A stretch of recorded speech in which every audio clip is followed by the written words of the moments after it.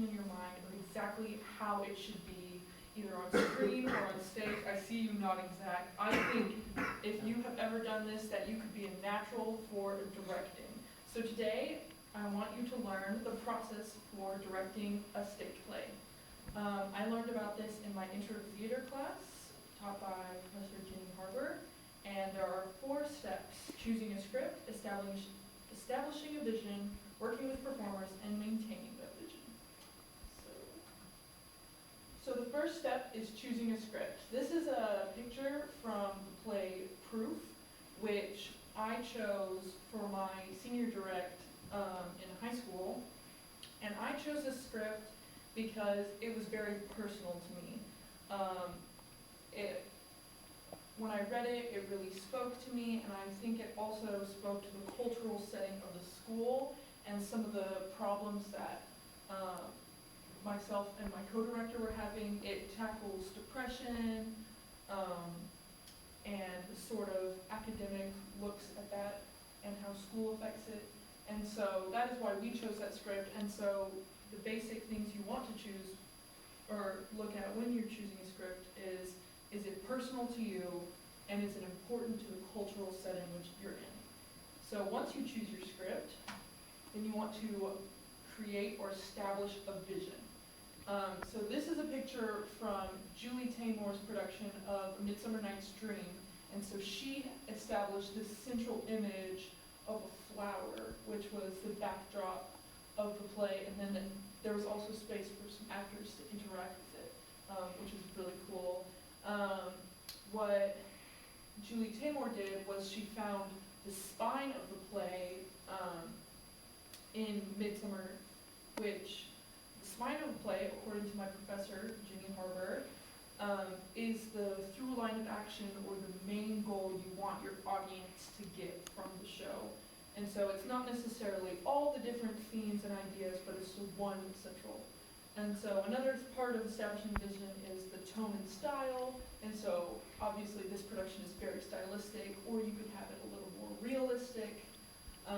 Create a tone. Is it going to be funny? Is it going to be lighthearted? Or are you going to do it very seriously? And then creating the concept, the period, location, purpose, central image. So obviously the central image is the flower. The location is somewhere very fantasy.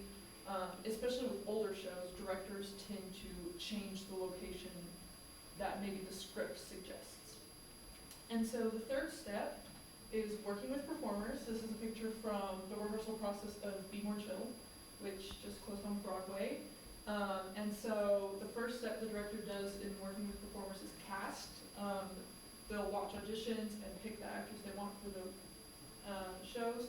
They use rehearsals, which, if they are, according to the Britannica's article on Konstantin Stanislavski established a way for directors to work with actors to make their acting much more realistic. And then they also use their own visual composition, not necessarily the playwrights, which is seen in Cohen's textbook, Acting 1.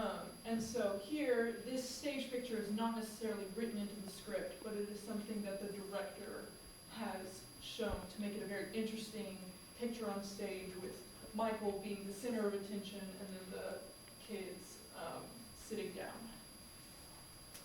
And then the fourth step is maintaining the vision. And so here's a pretty picture from Hadestown, which is on Broadway right now.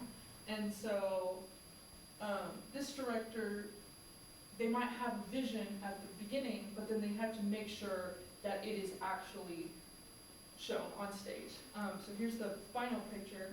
So they go through production meetings where they talk with technicians, the tech, dress, and previews, which according to Wilson's The Theater Experience textbook, previews are full-blown productions with an audience, but the director gives notes afterward.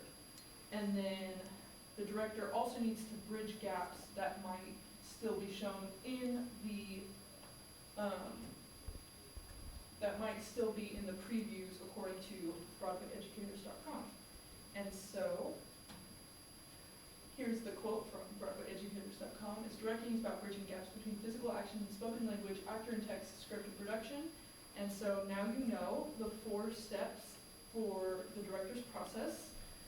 Choosing a script, establishing a vision, working with performers, and maintaining the vision.